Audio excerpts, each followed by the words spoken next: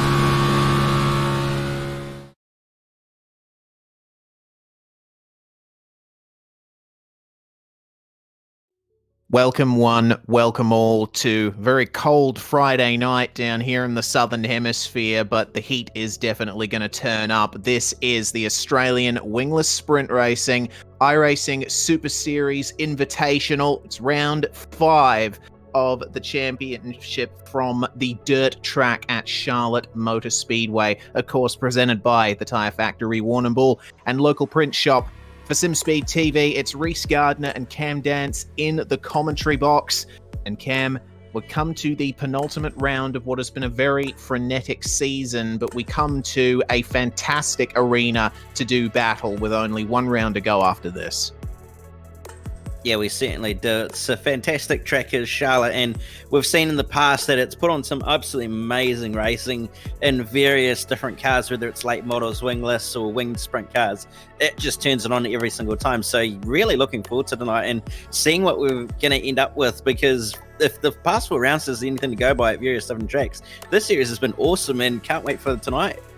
Yeah, absolutely. If you haven't checked out the previous broadcasts from this championship, we do advise you after this is over, of course, to check out SimSpeed TV on YouTube, just SimSpeed. And we have the video on demand of just about every broadcast we've ever done, including the Super Series Invitational. You can go back and check out the fantastic racing that we've seen in this virtual season, bringing through drivers from the real world of wingless sprint car racing in Australia. Many real drivers in this series, strutting their stuff in the virtual space. And in terms of success, well, 2 names have come to mind, Chris Temby and Harley Smee. Temby winning the first 2 features at Lanier and Lernerville, and it was Harley Smee taking feature victories at Knoxville and Kokomo in round 3 and 4. And speaking of, right there, the championship standings, and Tembi, he's managed to hold on to that momentum from winning those first 2 features. He remains in the championship lead, but it's only 9 points ahead of Todd Hobson. So Tembi not having the best of luck, especially last round at Kokomo. He's got the dogs nipping at his heels, so to speak. Yes, certainly. The last round threw up the championship quite a bit in various different ways, and this championship's looking very, very tight, especially at the top between Tembi and Hobson, with the fact that Tembi had that bad round last time out. So it's going to be interesting to see what happens tonight, and who knows, we might see him return it to victory lane, or we might even see someone else decide to mix things up and put themselves in victory lane. Who knows? It's just one of those things about this series that we really can't control, and has been awesome to see.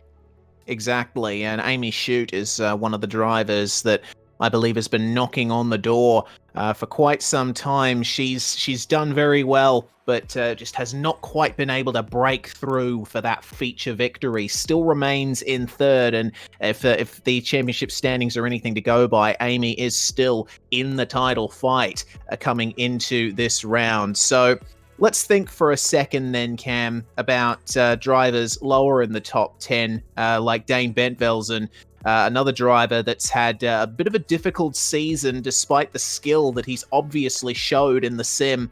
It's been mixed fortunes for a lot of these drivers getting used to dirt racing in the virtual space. Yes, certainly. It's obviously a little bit different. You don't have that stuff like the G-forces or the wheel being ripped out of your hands every 5 seconds. So it's really quite a different challenge for a lot of these drivers who are used to that physical aspect of real life and are having to adapt and use the mental side a little bit more to try and work out what the car's doing and how to drive these cars a little bit more than instead of just using that raw feel that they're used to. So it's been really interesting to see a lot of these drivers adapt. Some have adapted better than others, and some have struggled and had bad luck as well. So it's really been quite the interesting championship. And like you said, a number of those drivers inside that top 10 have had bad rounds, but they've also had really, really good results as well, and some that could probably do better, a little bit better as well. So we'll really looking forward to seeing who's going to end up putting themselves where in tonight's racing. Yeah, and who's going to put themselves where is going to be quite the question to ask around this place, which you can see a beautiful overhead shot of. This is the dirt track at Charlotte, right across the road from the legendary Charlotte Motor Speedway in North Carolina. And this place is something special. It's an incredibly fast dirt oval built in 2000. It's 0.4 of a mile long. It is very fast. It has high banking as well. So we know, especially in winged sprint cars, this is an easy, flat-out place. And even in the wingless ones, they're absolutely motoring around here. Yeah, certainly. It's a very, very quick track. I mean, it's very wide open. There's not really much in the way of having to deal with in terms of using the brake pedal or having to lift too much on the way in. You've only just got to watch out for that concrete wall and those tractor tires on the inside if you're running right down on the bottom side. And the weird thing about this track, and it's somewhat similar to Kokomo as well, Reese, is that it's actually flat on that bottom half of the track, and then it starts to increase in banking as you get closer and closer towards that concrete wall.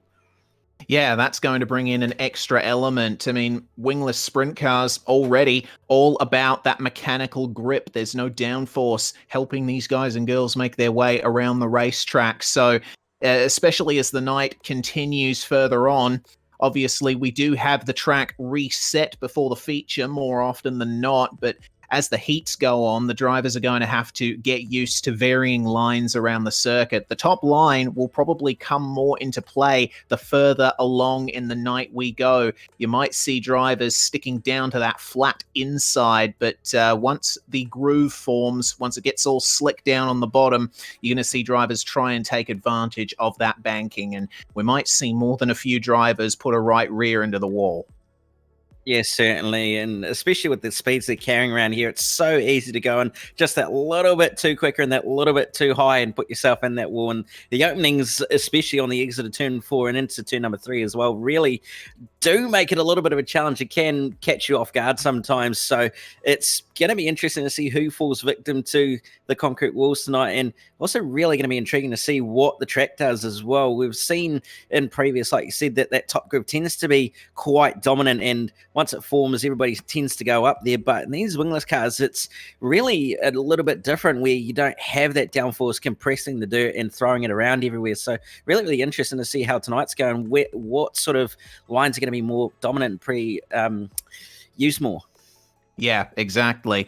Another element that we're going to have to take into account is the method of determining who starts on pole for the feature. We've had a pole shuffle in the last few rounds, but we're returning to something like what we saw at round 1 at Lanier. We've got a King of the Hill gauntlet to run to decide pole. And we'll go into more detail about that when we get to it. It happens once the features and the dual B mains are complete, and we'll decide who starts on pole then. But basically, we're going to be seeing three-lap races with 4 cars each, and that is going to determine pole with drivers advancing, drivers getting knocked out, and, well, I mean, dirt racing, hard and fast, very short. It's certainly going to be an interesting fight for pole once we get there. Yeah, it certainly is. And it'll be interesting to see who's in that little group as well to fight for pole position, when you've got a number of drivers who could easily end up in that little group as well. So really, really looking forward to it and seeing who ends up putting themselves on that front row. There is the grandstand, the dirt track at Charlotte. Very legendary spot here in North Carolina. Cannot wait for the revs to rise. You pan to the left, as our director Jay is doing, and right there is Charlotte Motor Speedway. There's the entrance, the timing tower in the distance, NASCAR royalty, a NASCAR palace right there, and it's a dirt racing palace just across the road. So the drivers are going through their briefing at the moment. Our race administrator, Brady Baldwin, taking everyone through what the proceedings are going to be for tonight. It's going to be quite interesting to see how the starts are handled around here, because Charlotte, obviously, a very wide track. So there's going to be a lot of room to work with on a race start. If we cast our minds back to previous rounds and to many dirt races that we've seen, it's typical sometimes that the pole sitter will go very high up in the middle of turn 4 and then bring it right back down, straighten out the exit of turn 4 once the green flag flies. They've got an awful lot of room to do that here, but they are still going to have to be careful. Yeah, they certainly are. And also that flat half of the track on the bottom side, it really does help that pole sitter get that little bit extra drive, because you're not having to go against the banking. You're just putting yourself in the direction of where the banking's more or less going, and then just following that flat side all the way through. So it can be an advantage, but we'll see what happens on these race starts. We might even see second place be able to at least stand a chance. Yeah, exactly. In these wide tracks like this, sometimes the outside gets pretty distinct advantage, and we've seen in every previous round, in at least one heat, there's been not the best jump from the pole sitter, and second place has been able to get an excellent jump. So will we see that tonight? Just watch and find out. And bringing it back to those tractor tires down on the bottom, the drivers are going to have to be incredibly careful of those, because you pitch the car into the corner, you're almost going backwards into the turns in the wingless sprint car, and you're barely going to be able to see what's in front of you, everything flying by so quickly. You hit one of those things right there, and your race is as good as over. That thing can, at the very least, unsettle you, at worst, send you cartwheeling. Yes, certainly, especially with no downforce to sort of keep you planted on the ground as well. So if you hit one, your front end's going to be up in the air, and you could be looking at sky for quite some time, possibly even sky ground. So we'll see what happens, and if anybody falls victim to them, and who may end up making that mistake of running slightly too low, especially when this track slicks up, and whether anybody really does use right down on the bottom side of the race to try and have some form of advantage. Well, drivers are now out on track, sussing out the circuit in the warm-up session before we get going for qualifying. Blake Walsh is running with a certain group of drivers out there on the track. among them Stephen Haitley, Chris Temby, Ryan Harris, Jake Warren as well. Chris Temby, our championship leader, going all the way down to the bottom. You notice that he's trying out the narrow entry into the corners as well. You have to think about, especially in these wingless sprint cars, which are all about momentum and planning basically a whole corner ahead, you really got to make sure you're comfortable down on the inside so you can make a pass. Yes, certainly, and especially this when you're trying to do a slide job as well, where you're going to end up going into more and more banking as you progress through the slide job. So making sure you're used to how the car feels when you go down to the bottom side and then start to get more and more rotation as you go up the banking is really, really going to be key for a lot of these drivers, especially if you're starting down the order in your feature or in the heat, you need to pull a few quick moves to get through the field. So it will be interesting to see how the slide jobs work and whether they actually do favor anybody in passing, but nevertheless, it's going to make for some interesting moves. It certainly will. How's Amy Shute doing? Taking it very easy down on the bottom. It looks like she's done with that particular run. Managed to put herself second on the timesheets. It's Brady Baldwin who's currently sitting on top. 14.742 seconds is the time. And there is the leaderboard in this practice session as it stands. But look at Gavin Fitzpatrick, who's sitting just outside the top 10. He only has to make up 0.004 of a second to jump into the top 10 from Andrew Sayer. But the margins, as always in dirt racing, incredibly small, especially around a track like this, which is just about one of the fastest ovals on the iRacing service. Yes, certainly, and it's all about finesse around here, especially when you're mostly, if not flat out the entire way around, and you're just wheeling the car around, trying to keep it as smooth as you possibly can and as straight as you can as well. So it's incredibly tight at the top, especially in those top 5 or so positions where not even half a tenth of a second is separating them. So it's incredibly close at the moment, and can't wait for what qualifying is going to show, because if this is anything to go by, it's going to be incredibly tight. Yeah, absolutely. And qualifying, I think, is going to be absolutely something to watch, because the drivers don't get very long with which to set their qualifying times. They only get 4 minutes in which to do it. This time they are getting 3 laps with which to set a qualifying time. Only got 2 laps at Kokomo. So at least they have one more chance. It allows them to build up some extra momentum over those first 2 laps, but they got to make sure they nail it. Yeah, they certainly do, because you don't really get any extra opportunities if you do make one mistake, and if you lose any momentum as well, you're going to screw yourself for the next lap. So you're really going to have to be nicer, finesse, and making sure you get all those laps and maximize your chance of getting pole position or being as high up the order as you possibly can. Well, we are now in qualifying for round 5 of the Australian Wingless Sprint iRacing Super Series Invitational. Now it is time to decide who starts where in the heats, and if I am not incorrect, I believe we have a top 4 inversion in the heats once again. So if the drivers get their laps right, they're still not quite certain on exactly where they're going to start.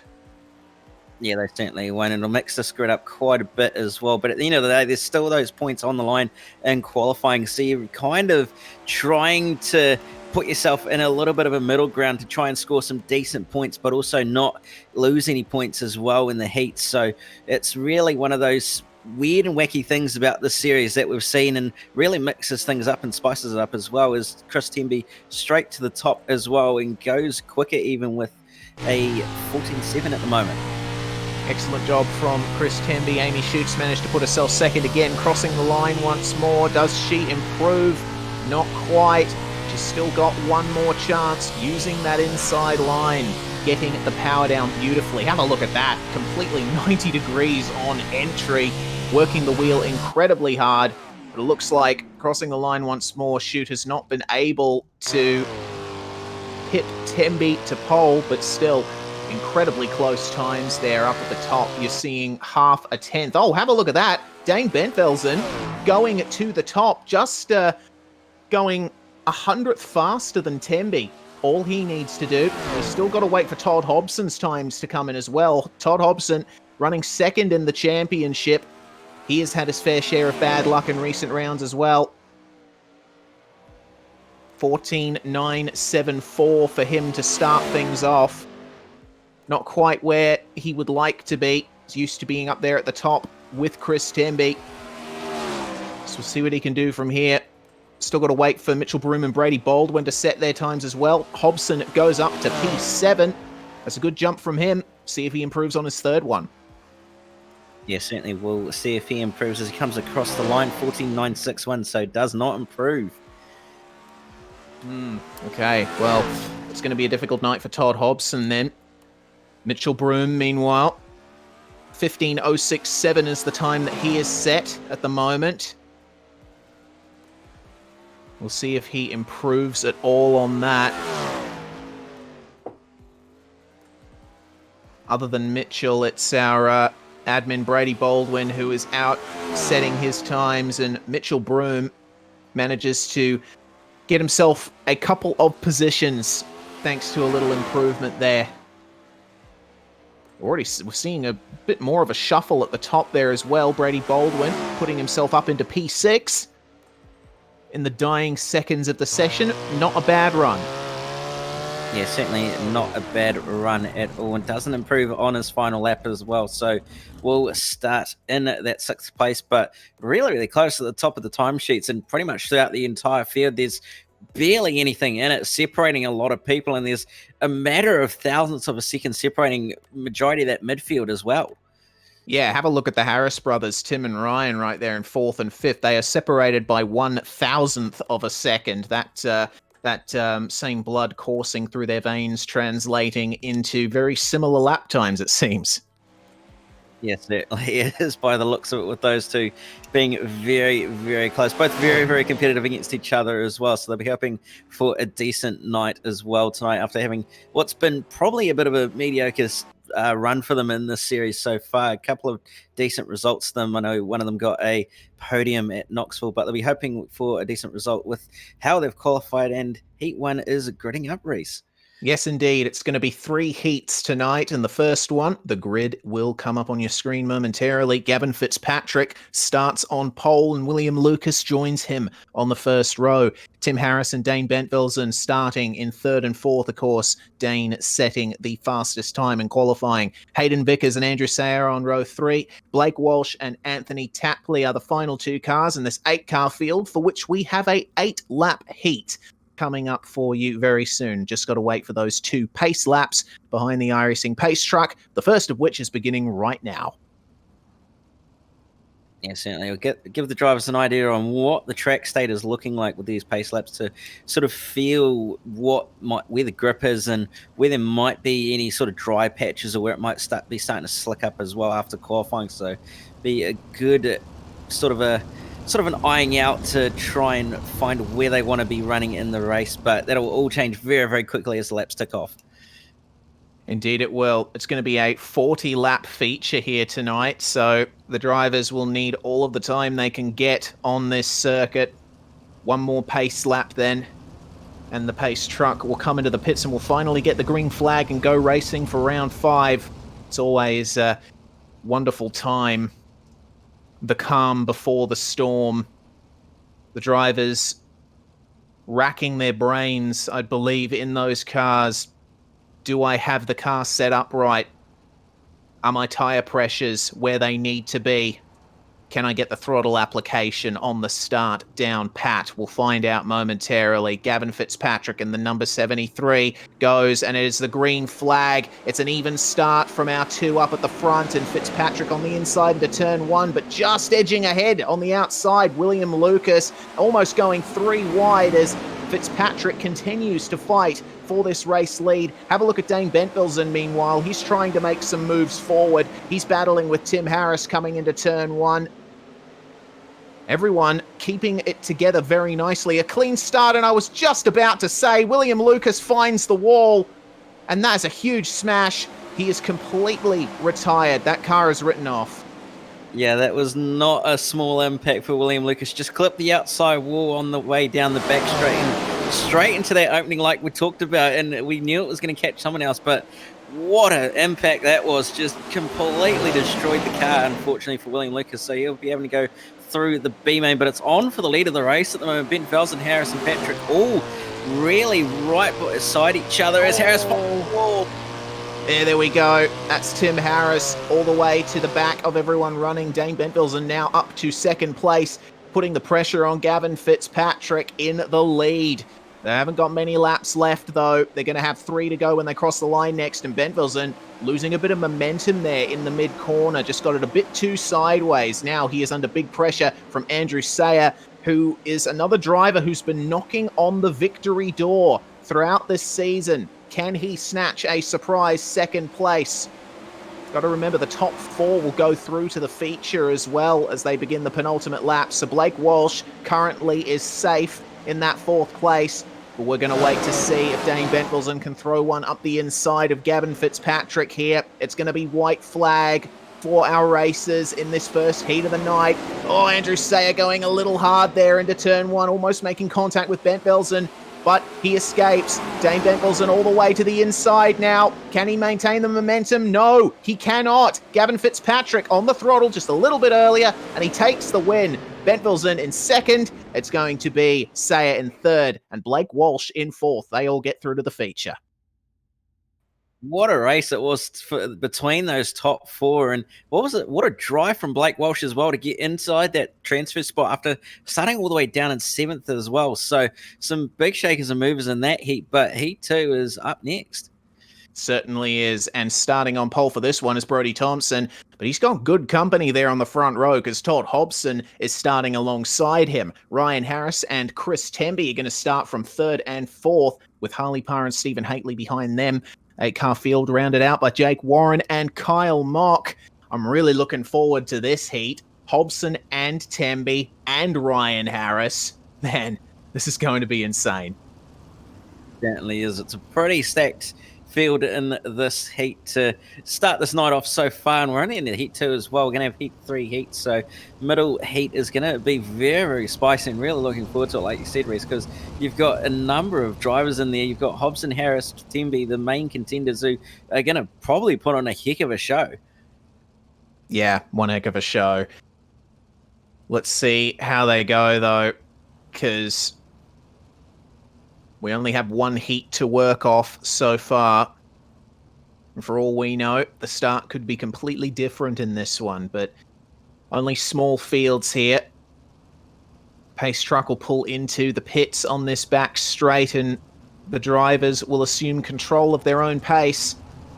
So Brodie Thompson in the number 18 is going to be the one leading them away. Has to make sure he gets that throttle application just right, because Hobson, Harris, and Temby, they all have a lot of experience starting at the front. Green flag in the air. Brodie Thompson gets a fantastic start there, and he maintains the lead into turn 1. Hobson and Temby trying to work the outside, and Hobson getting a good run there. Temby just getting into the wall, and Thompson going a bit too wide there. And what has happened there to Todd Hobson? He has just managed to jet himself into the lead. An excellent throttle application out of turn 4. And have a look at Thompson back up into second, with Harris and Temby fighting very hard for that 4th place. You can see Temby trying to run that top side to try and see if there's any grip up there, but clearly as it is a big slide, big incident between Ryan Harris, and I think that was Jake Warren. Yeah, oh my goodness. Yeah, Ryan Harris just completely minding his own business, and it was actually Kyle Mock that fired it into the turn there. Just went in there way too hard and pummeled Harris. That's very unfortunate, but fortunately for Mock, he's been able to continue, but he has been black flagged. Oh, and he's just gotten a bit of contact himself. Stephen Haitley making contact with him further back in the field, but it is on for the lead. Brodie Thompson and Todd Hobson. Hobson just losing the lead now to Thompson, but these two working those 2 lines. Thompson trying to hold the middle of the track, with Hobson working the inside beautifully. This is going to be almost a dead heat between these two. Certainly is. That top side's actually starting to take a little bit of rubber now, with it starting to slick up a little bit. So you can see that Thompson into the bomb side and a little bit of contact between the two of them. Timmy has to check up to avoid running into the back of them, and this has brought Harley Parr right onto the back of these guys with only 2 laps to go. White flag this time by. Yeah, so Todd Hobson is the one in the lead here. Can Brodie Thompson recover and take this victory? Have a look at his line up the top. He's trying his best. Have a look at Harley Parr. Oh, goodness me. 4th place could be under threat here. But Todd Hobson coming out of the final turn, taking victory by half a car length from Brodie Thompson. And coming home in 3rd, Jake Warren, with Harley Parr coming home in that 4th place. Chris Temby missing out on the transfer. Better contact between Harley and Chris in turn 1 and 2. Unfortunately, did not give Chris what he wanted, and fortunately he fell down the order and ended up finishing behind. So he's going to have to do it the hard way and end up going through the B mains. Indeed he will. Those were your results, and here now is the grid for the 3rd and final heat of the night. Benjamin Matchett and Jason Bates starting on the front row. Brady Baldwin and Amy Shute behind them. Luke Redpath and Luke Sayer starting 5th and 6th, and Mitchell Broom all on his lonesome there on row 4, starting from 7th place. So we have one less car than usual in this particular heat, but we're sure to see the same kind of standard of fun, fast, frenetic racing in these wingless sprint cars. Now, Benjamin Matchett, a driver that I've not seen much of, and I believe this is the first time he's started from the front row in a heat, so it's going to be interesting for him putting the throttle down on the inside. Fortunately for him, he would have been watching the previous 2 heats and will know that there's no real advantage or disadvantage depending on what side you start on. There's been no real advantage to starting on either the bottom or the top side of the racetrack in these heats so far, just primarily down to the fact that the track isn't really all that worn, considering it's had quite a few laps on it already. So looking forward to seeing what happens in this heat and whether it's going to be the same again, but who knows? Yeah, good point you raised there, actually. The track is looking quite good for the start of the 3rd heat. It looks like it's barely been worn in at all. So at the very least, the drivers will know that they have a nice grippy circuit there just off the cushion. Benjamin Matchett goes early, it seems. He started that run a little bit earlier than everyone else did, and he did have an advantage coming into turn 1, but it looks like, oh no, there we go, big pile up, and that has taken out Jason Bates. He's all the way to the back of the grid. Mitchell Broom suffering issues as well, with Luke Redpath and Brady Baldwin involved as well. So not the ideal start for basically half the field in this heat so far, and that's allowed Benjamin Matchett to stretch his lead right out. Amy Shute doing an all right job trying to close that gap back down, but Luke Say in 3rd is going to be sitting comfortably in there, and Brady's just behind in 5th, and Luke Redpath in 4th as well. Yeah, so Redpath is the one under threat here for the feature transfer spot, and we know how quick Brady Baldwin is. Have to wait and see if he can bring that damaged car home into that P4. Benjamin Matchett really firing it into the turn and losing a bit of momentum in the mid-corner. Amy Shute is doing very well to work this pressure, and have a look at her working the cushion. Beautiful lines in that 2nd place machine. And that you really get a sense for how wide the dirt track at Charlotte is from those onboard shots, and she's got the inside. They make contact. Oh, and there we go. Benjamin Matchett into the wall. That's a big shame. Will Amy Shute get black flagged as a result of that? We will have to wait and see. But Benjamin Matchett, our pole sitter, now outside the transfer spot, which he will not like. He's going to have to pass Baldwin if he wants that. Certainly will, and possibly going to be in the wall again. Oh, no, he is. So that's getting me pretty much starting near the back of the B main. Oh, no. What was just really feel for him. Oh! Oh, my goodness. What just happened? What just happened? I don't know what's happened there, but it would appear that Baldwin's engine has just expired halfway down the back straight, unfortunately. Well, Amy Shute is going to take victory in this heat as we take a look at what happened to Brady Baldwin. Luke Sayer, Luke Redpath, and Jason Bates, your top 4. Let's see what happened to Baldwin here. Yeah, wow. just gets on the throttle, and right at the corner exit, the engine lets go. So Brady Baldwin, another driver that's going to have to go through the B mains. There are the results. And Mitchell Broom ended up coming home there in 4th. Benjamin Matchett just missing out. And Amy Shute, black flagged. She is out of it as well. So ultimately, it's Luke Sayer, Luke Redpath, and Jason Bates who are your podium for that heat. Going to be interesting to see what happens here. And doesn't look like we've actually got a B main at all. So everybody's made feature. So we've got a 23 car field for the feature. So this is going to be interesting to see how this King of the Hill plays out. Yes, indeed. So yeah, no B main with the reduced field, and I guess this is an opportune time to go through the format for the King of the Hill. So it's going to be 3 races of 3 laps each. The first race is going to be 5th, 6th, 7th, and 8th in the round points, and we'd expect that'd be from the drivers who finished 3rd and 4th in the heats. 5th and 7th in round points get lane choice, and there's going to be a 3-lap race between those 4. The top 2 transfer to the next race, where they face off against 3rd and 4th in the round points, and then race 3. It's going to be the top 2 from race 2 plus 1st and 2nd in the round points. And the winner of that 3rd race is going to start on pole. Of course, I suck at explaining these things, and it's always slightly better to see it in action. But the drivers just going to wait a few more minutes here before they organize themselves and get out. Of course, Mr. Baldwin will be tallying up the points from the heats and determining just who is going to be taking part in this King of the Hill. And this is a guy who probably deserves some sunblock on the back of his head. He certainly does. Barney's been very busy these last few weeks on that flag stand, doing a few shoulder rotator cuffs, unfortunately, with how much effort he puts into that flag. But nevertheless, he's going to give it another red hot go today here at Charlotte Motor Speedway. Indeed, he will. Well, the track has also been reset, so it's a nice, clean track for our King of the Hill.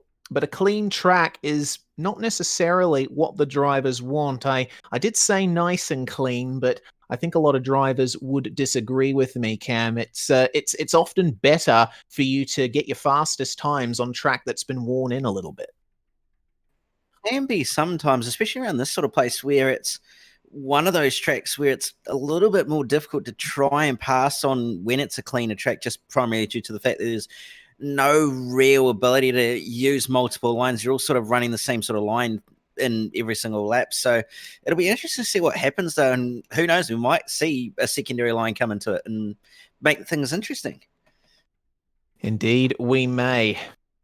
But we've still got to wait and see how things go. With 23 cars pounding around the dirt track at Charlotte, you're definitely going to be seeing some line experimentation.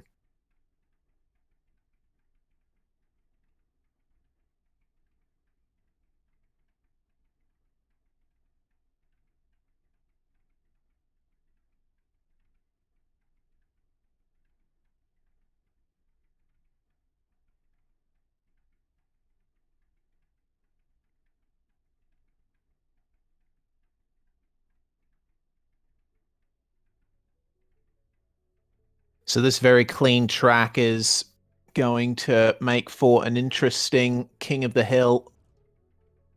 Hearing some engines potentially firing up in the pits, so we might get going very soon.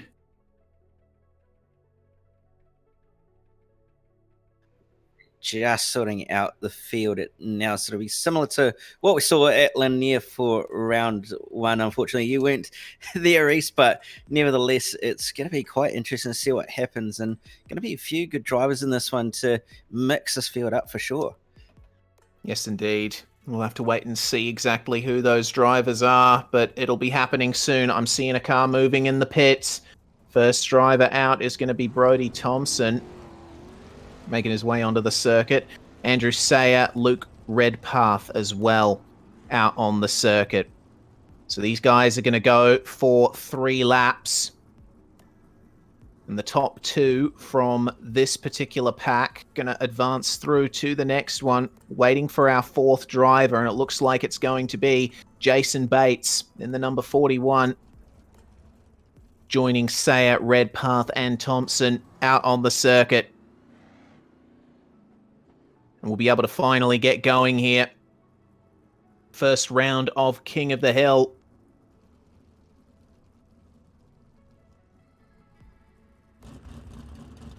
We'll wait for the all clear. Just stopped on the back straight, waiting for the call from Brady Baldwin to begin their formation. Just deciding who is going to start where. Remember, 5th and 7th in the round points, getting a lane choice. So the drivers will be specifying which lane they'd prefer to start from and get going from there. It looks like we're almost away here. The drivers are going to go round for 1 lap. Now, Brody Thompson has the experience here of starting on pole position and getting the power down beautifully when the green flag flies. It's going to be difficult with all of that wet clay to get some good running on the cushion in the first couple of laps, but here we go, 3 laps. King of the Hill is go, and already Luke Redpath getting an excellent start, putting himself into the lead. And now it's going to be a fight for second between Andrew Sayer and Brody Thompson. Oh, a bit of contact between them, and they're both around, and that's collected Jason Bates as well. Thompson is going to get going again, but now Sayer and Bates are going to be the ones fighting for this transfer spot. Looks like Sayer has the advantage. Luke Redpath, meanwhile, he crosses the line to start his 3rd lap, and he has got the lead of a lifetime, exactly what he needs to secure his advancement into the next round of King of the Hill. Comes round to cross the line, and that is checkered for the first round of King of the Hill, and Andrew Sayer is going to join him in the next round. Unfortunately, Jason Bates and Brody Thompson both missing out, and that contact between Sayer and Thompson is certainly going to be something that will be weighing on the minds of a few people coming into the next round. Certainly it will be indeed, but going to be interesting to see what happens in the second round. It's obviously going to be those 2 who transferred on through. We're seeing our next drivers to come out here with 3rd and 4th in the round points. It's Dane Bentvelsen and Luke Sayer who are making their way out onto the circuit. Now, these 2 certainly have what it takes to advance, but Bentvelsen versus Sayer matched up like this.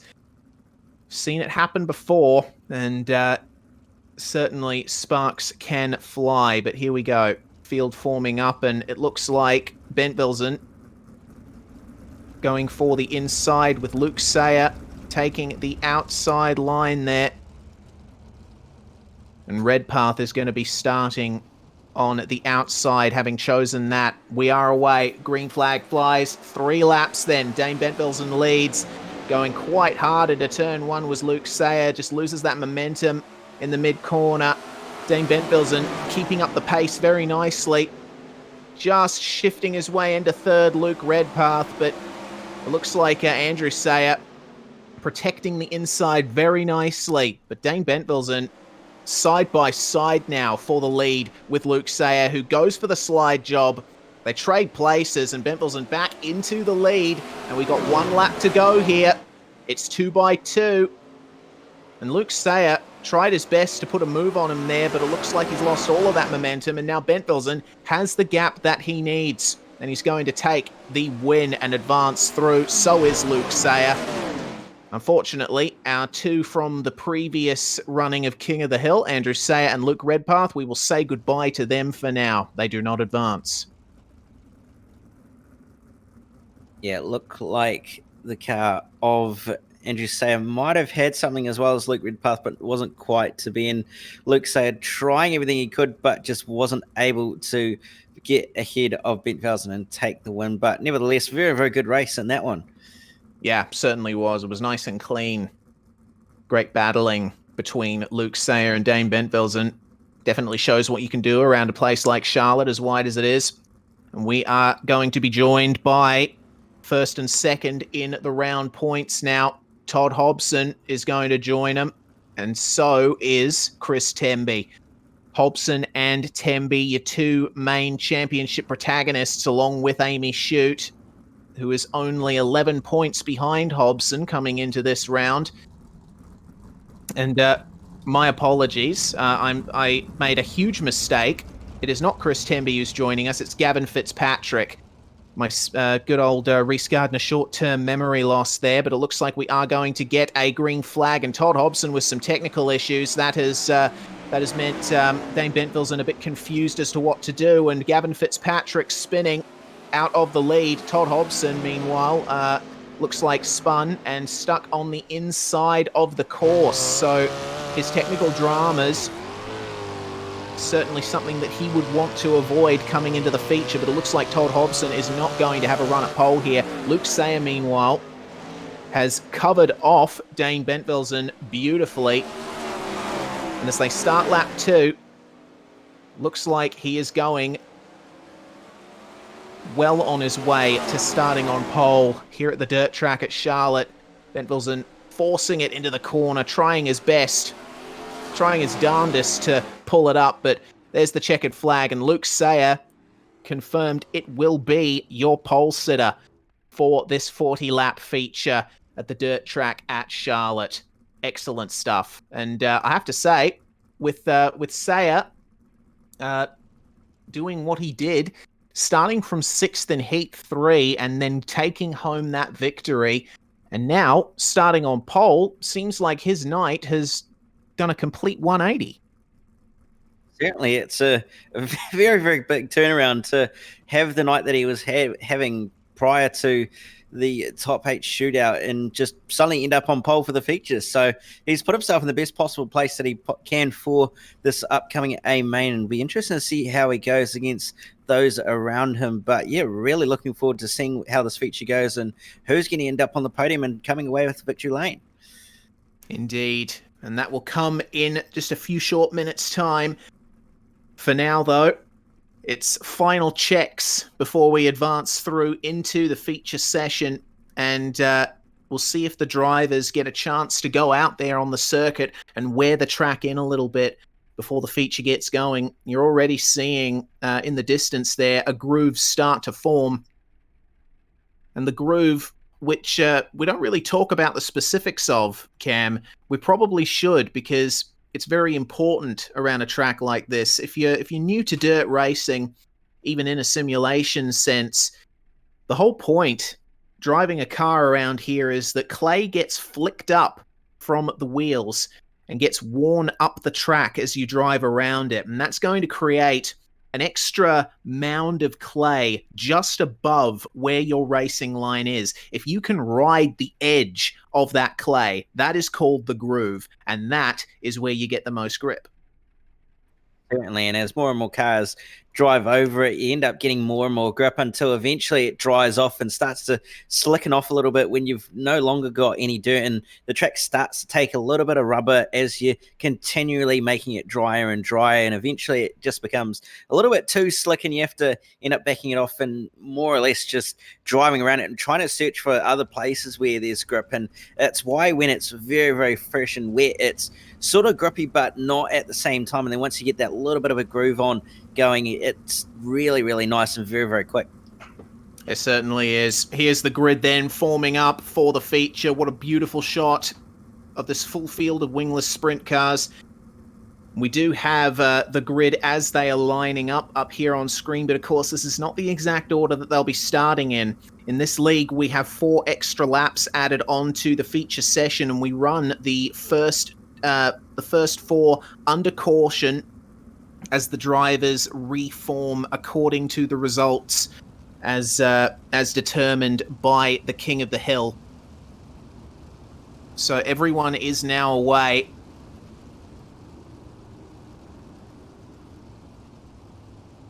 And we'll have this brief period of reforming. And then a little 4-wide salute as well, which never hurts.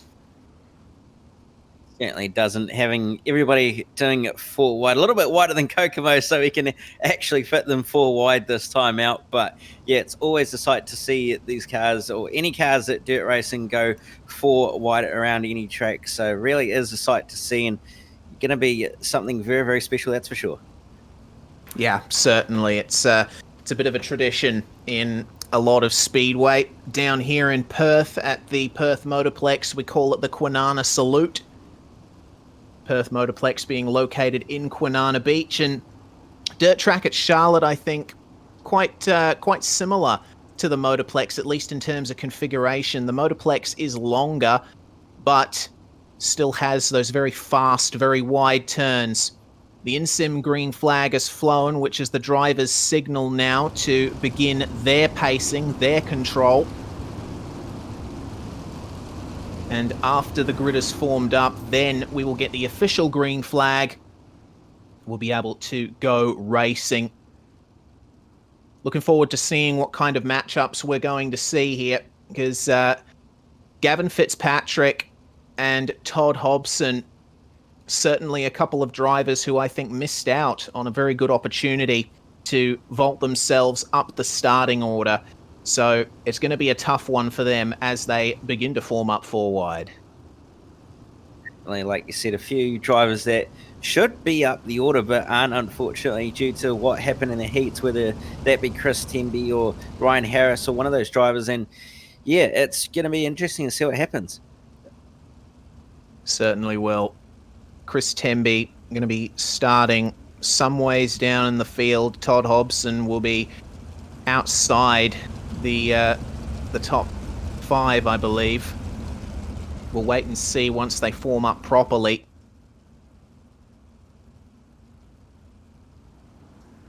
But here we go.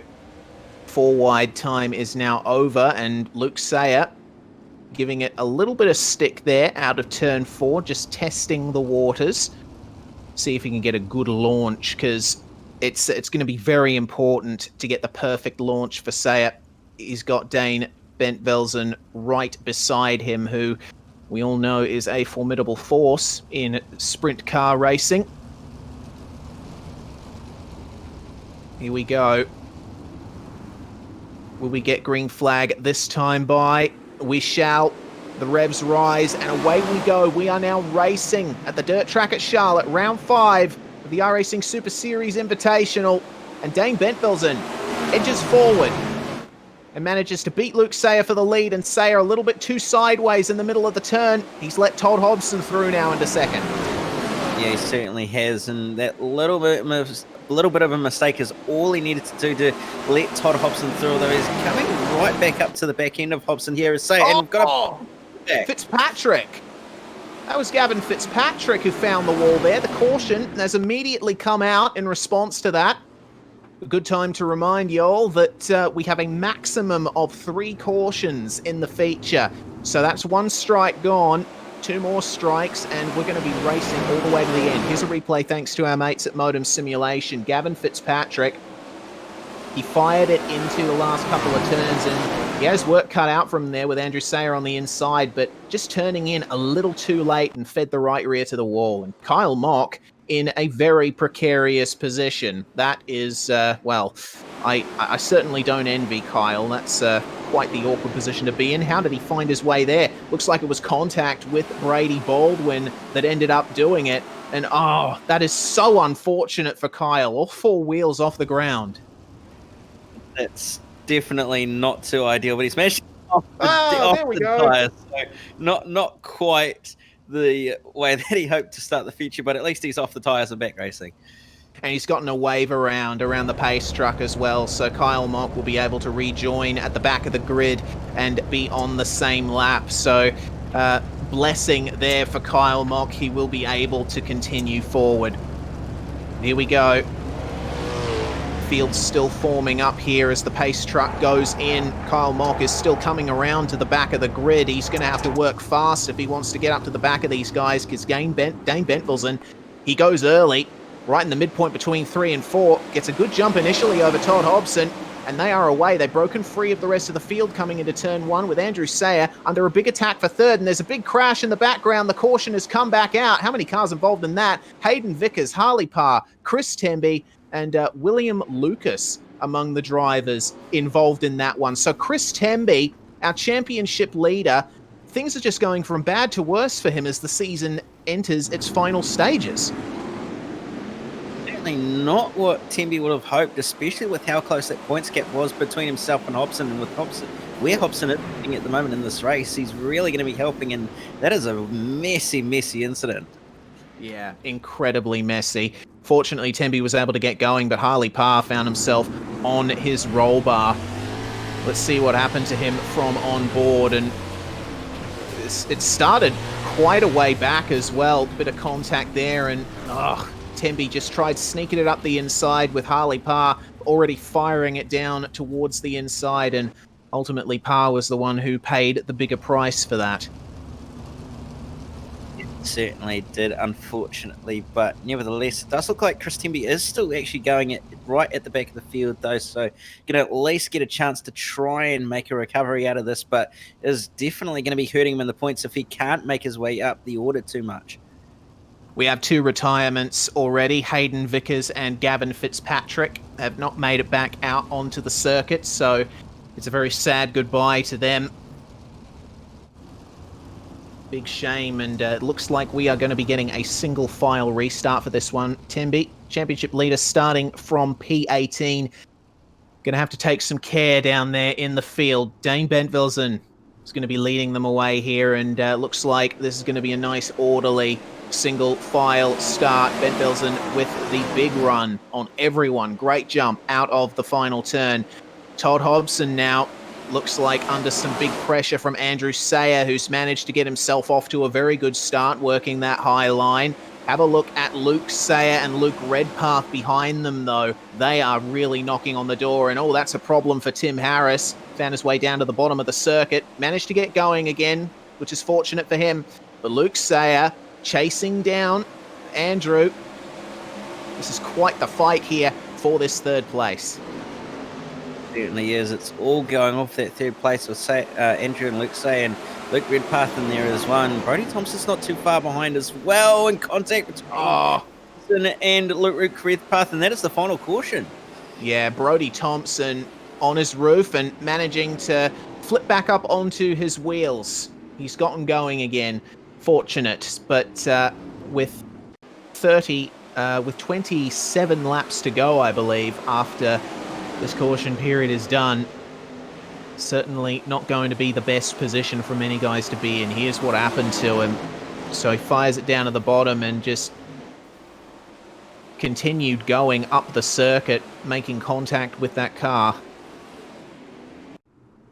And fortunately, he just carried enough momentum that he was able to flip back onto his wheels. Here's the replay of the start, looking at Tim Harris's perspective here. Harris, of course, being the one that Thompson made contact with, and it started down there. Oh, goodness me. Tim Harris just coming together on the exit. Once you interlock wheels in these wingless sprint cars, there isn't much escaping from that. It certainly is, and unfortunately Tim making contact there with the car of Jason Bates down that back straight clearly has injured the front end of that car quite severely, so not an ideal night for Tim, unfortunately, but his brother doing a little bit, well, faring a little bit better in 11th at the moment, but we're not too far away from going racing again, and going to be interesting to see whether Ben Velsen gets another good start or whether Hobson can try and stick with him, and another good start from Ben Velsen by the looks of it.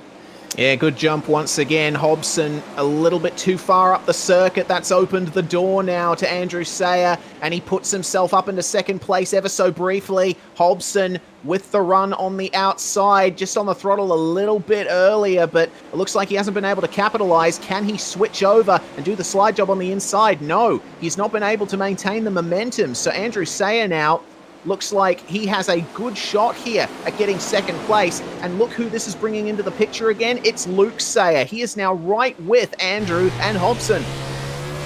Certainly is. He's trying to run that high side to try and see if there's anything up there, which there sort of is, but isn't quite at the moment. And now trying down to the bottom side of the racetrack, nearly running into the tail tank of Todd Hobson, but he's right there with these two. Have a look at Andrew Sayer on the outside. You see, especially down the straights and on corner exit, there's a bit of a slick groove starting to form, which is not going to help drivers on the outside. They'll have a bit too much oversteer coming into the turns. Todd Hobson making the inside work beautifully. He is keeping Andrew Sayer very honest here, and it looks like just parking it on the outside, trying to prohibit his move forward, but they switch places again. Sayer back into second, if only for a very short time. Dane Bentvelsen up the front, meanwhile, is absolutely walking away with this. They don't have mirrors, rear wing mirrors, in these wingless sprint cars, but if Bentvelsen could turn his head 180 degrees like an owl and look behind him, he'd be smiling. Certainly would. Seeing these guys behind really tussle it out between the two of them, and another slide job from Todd Hobson. No. Nearly puts it in the wall, and Sagan and drive it straight back underneath him into turn number 3 and take the position off him. Well, this is a never-ending battle, it seems, for the second place between Sayer and Hobson. With Todd working the inside as well as he is, I wouldn't put it past him to get an advantage later on in the event. It looks like there was a car stopped there on the back stretch, and I'm not sure who that was. Todd Hobson with the slide job, it looks like it was Ryan Harris, so he's had a big problem, was running in 11th. Tim Harris has stopped as well, so looks like we might be saying goodbye to both of the Harrises, but the battle continues, and Todd Hobson almost getting into the wall as Bentvelsen finding traffic. Andrew Sayer now switching to the inside and switching again. Have a look at this. The wide track at Charlotte is making for some fantastic racing. Yeah, it certainly is. Just slide job after slide job. Slide job city here at Charlotte at the moment, just constantly throwing it between each other into contact. There we go, but it looks like both of them have managed to get it going again. That has disadvantaged Hobson massively, though. Oh, and Luke Sayer now made contact with Benjamin Matchett. He's going to lose a couple of positions out of that as well. And do I see, is that Amy Shute who's gotten into the wall and now is down into 10th place, fighting hard with Anthony Tapley. Oh, that's not going to work out well for Shute, bit of front-end contact. Her night not going great at all. Got Dane Bentvelsen right up behind her, but have a look at this. Very close between these two. Brady Baldwin and Luke Sayer for P6 and P7. Luke trying his best to work his way back up, but he's not got much time left. He certainly doesn't. They're starting to run out of laps here, and Brady Baldwin with a big move from Luke Sayer right down onto the grass even, and just managed to pull it up. But Brady Baldwin's had a really good run in this race, and leaders. Todd Hobson has had a massive crash, and that is a huge smash, cartwheeling over the wall. That's Kyle Mock. He's been hit again. Goodness me. So he and Todd Hobson making contact in turns 3 and 4, and Hobson losing an awful lot more time out of that as well. He was working up into third place. Tried to put a move on Blake Walsh, but Blake has managed to hold on to this third place, now facing a lot of pressure from Mitchell Broom. And how is the run from Broom? Started in 12th and now trying to for that podium. Have a look at Amy Shute as well, trying to pick her way through all of this. Todd Hobson trying to get up into potentially the top 6 by the end, but it's going to be hard with all of these drivers sharing the same bit of racetrack. Hobson working the outside, just feeding the right rear to the wall in little spoonfuls. He's making it work. Certainly is. He's running right up against the concrete, right on the edge of the cushion to help him get around this racetrack as fast as he possibly can, and doing a fantastic job of it as well to just drive around the outside of everyone that he's passing at the moment. So going to be up to the top 6 and in the wall properly that time, but to just keep it out of, well, keep it on all 4 wheels for the moment, but doing a fantastic job nevertheless.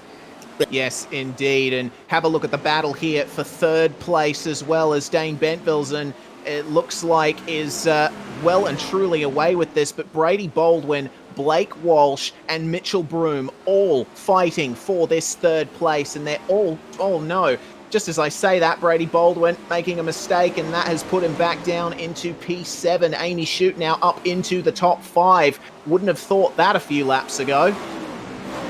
Certainly one of, especially with how this race has been going for Amy and a lot of these other drivers as well. It's been a very, very mixed bag of racing so far. And you've got the fact, well, you've even got drivers inside that top 5 who didn't even start in the top 10. Yeah, exactly right. Mitchell Broom and Amy Shute started from P12 and P18 respectively. Amy's still working very nicely down on the bottom line, but up the front, it looks like Dane Bentvelsen has the gap he needs over Andrew Sayer. Sayer is facing big pressure now from Blake Walsh, who has managed to gap Mitchell Broom. It's going to be 2 to go for Dane Bentvelsen when he crosses the line next. It's been a fantastic run from him all through this. And I have to say, Andrew Sayer has done a fantastic job as well to hold on in that second place. And Bentvelsen working his way through the traffic. And a little bit of wall riding there in the background as well for good measure. But it's white flag now for our feature leader. And Andrew Sayer, he is clawing as much as he can out of that machine, going all the way down to the inside. Can he pit Bentvelsen at the line? He's going to try, but it's not going to work. Dane Bentvelsen becomes our third feature winner of the season, finally breaking through for that sim victory. Certainly a great drive and textbook drive as well to just drive away from the field, but nearly lost it in the end to Andrew Sayer, who tried everything he could, but not quite. So really, really good race for Bentvelsen, and this will help him really, really good in the championship, considering he's sitting in P5 in the championship overall, and his rivals that are ahead of him didn't have a good night. No, certainly not. Chris Temby came home in P9. Todd Hobson could only manage 6th. And with Amy Shute finishing ahead of both Hobson and Temby, that is certainly going to tighten up the championship battle at the top. But have a look at Dane Bentvelsen making the most of that victory. And how's that for victory donuts? Only thing, this is the kind of thing you can only do in a sprint car. But there we go. That's the end of it. Dane Bentvelsen, Andrew Sayer, and Blake Walsh are your top 3. Gap only 4/10 at the end, and Andrew Sayer doing very well to claw back the time he lost to Bentvelsen, with Mitchell Broom, Amy Shute, and Todd Hobson rounding out the top 6. Baldwin, Luke Sayer, Temby, and Redpath round out the top 10. And just outside the top 10, you've got Anthony Tapley and Brody Thompson, Jake Warren, Benjamin Matchett, and Kyle Mock rounding out the top 15 before we go back to Stephen Hatley in 16th, 17th to Jason Bates, William Lucas in 18th, 19th to Tim Harrison, Ryan Harris rounding out the top 20 with Gavin Fitzpatrick, Hayden Vickers, and Harley Parr rounding out the 23 car field. Yes, and unfortunate to see the amount of retirements that we did see. Ultimately, it looks like 14 cars made it to the finish. But it looks like our top 3 are in the interview booth and waiting. So here we are, our race winner at the dirt track of Charlotte, Dane Bentvelsen. Welcome to the commentary box, Dane. Your first feature victory of the season must feel good. Yeah, thanks, mate. It feels good to get a win in the sim racing world. I can tick that off the bucket list now. I've done it in the real world, so it feels pretty good. I was pretty nervous and pretty tired in that race. I nearly wasn't going to race tonight just because I'm tired from a big week at work, but I'm glad I did now because I'm super stoked to finally get a win. I've been fast, but just haven't been able to put a night together until tonight. Well, let's go back briefly to the King of the Hill, where you competed and attempted to take pole. We did notice that the track had been reset, very low usage for the King of the Hill session. How did it feel from the driver's seat? How does a wingless sprint car feel on a clean track versus one that's been worn in a little?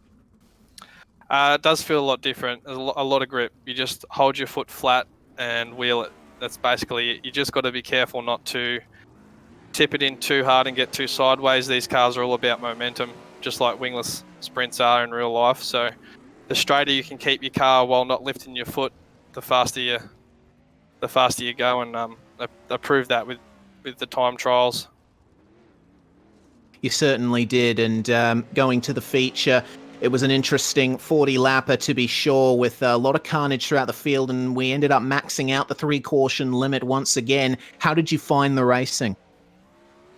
Yeah, it was good. Like the cautions went bang 1, 2, 3 real quick early in the race, and I knew that was probably going to help me because I tend to struggle when the track gets really slick, and I've got a little 1-year-old boy and a pretty busy job, so I don't get a lot of time to practice on here. And when the track gets slick, it's just a whole nother level to run up the front, to be consistent. So it sort of played out in my favour a little bit, and I was really struggling towards the end there. Those boys caught me and got right up close, but I was just glad I could miss those lap cars that were in front of me. There's a few crashes happened in front of me, and a few lap cars that made me pucker up and hold my breath there for a sec. But yes, it's a shame the racing probably wasn't a little bit cleaner, but it's hard. It's why it pays to be up the front, because you can just stay out of some of the mess down the back. Yeah, well, that was something that that your rivals Temby and Hobson were unfortunately not able to do. So, with you 5th in the championship coming into this round, you certainly got a good points haul, which sets you up nicely to battle for potentially that 4th place in the championship coming into the last round at Eldora.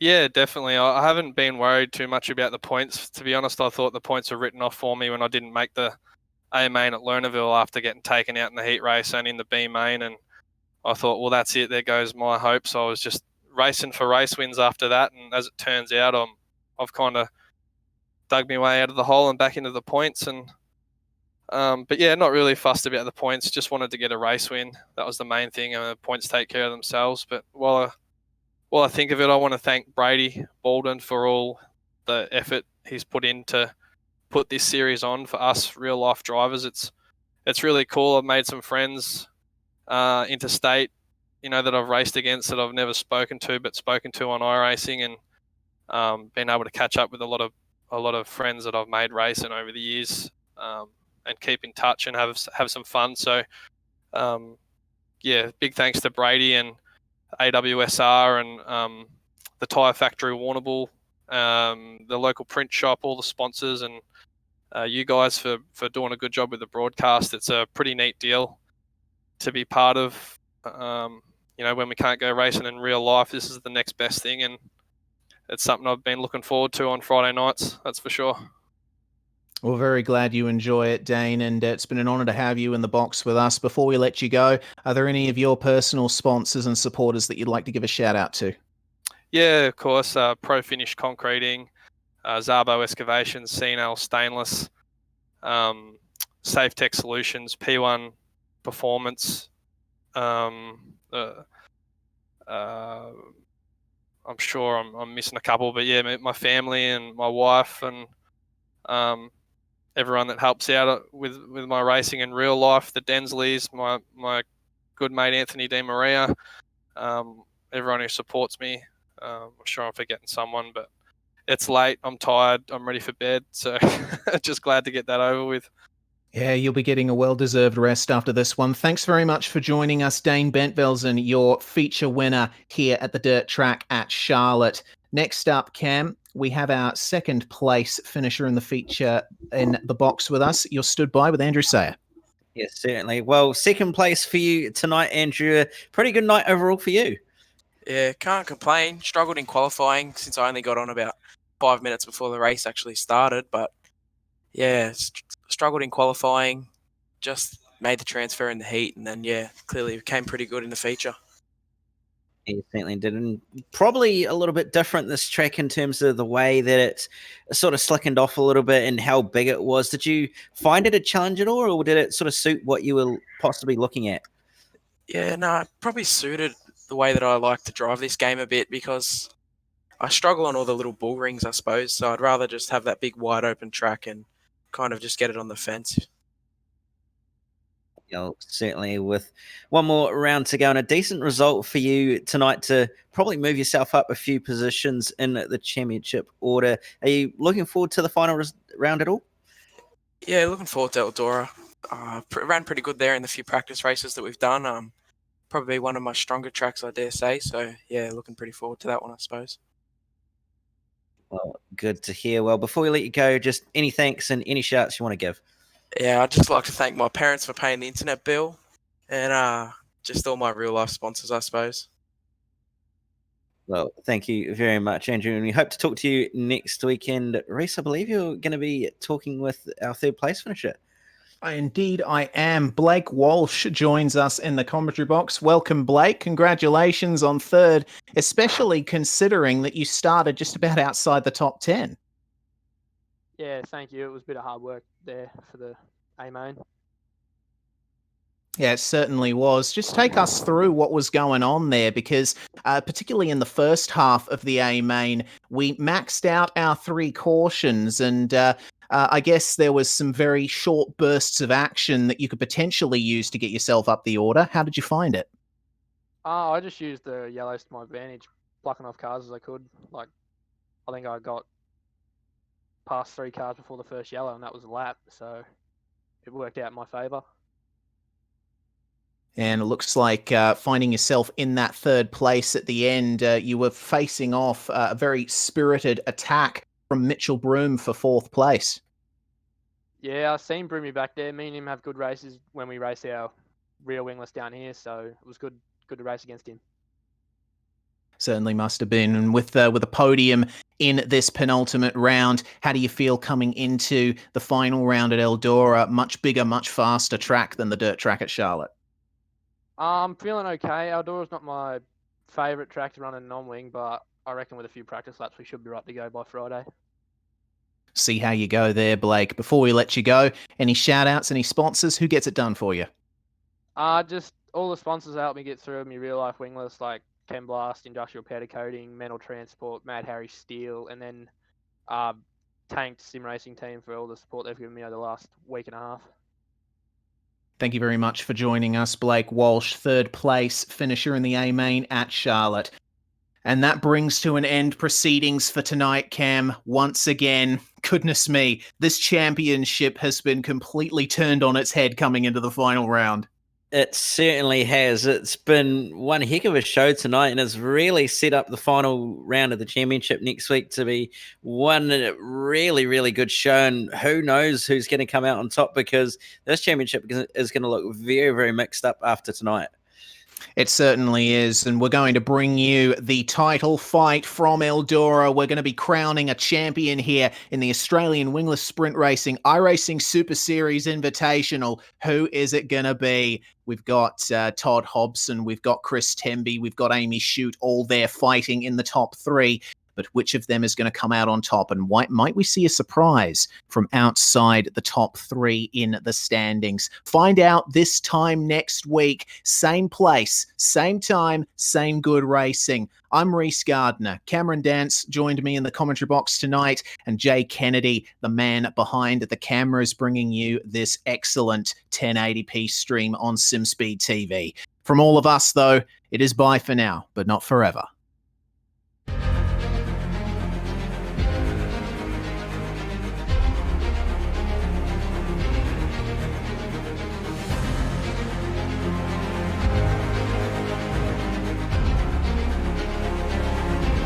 Fantastic. This is GT racing right now. He's got traction. He's got everything else. Both of them. Maloney. Oh, he's taken Anderson. Anderson's up to him. Oh, my God. Oh, big crash. Oh, my goodness. Half the field's going to get full. Second very close. These guys are going to want to make their way through the field very quickly. Oh, here we go. Oh, no. That's massive. This is it. This is over. I can't believe this. Oh, my God. God, what?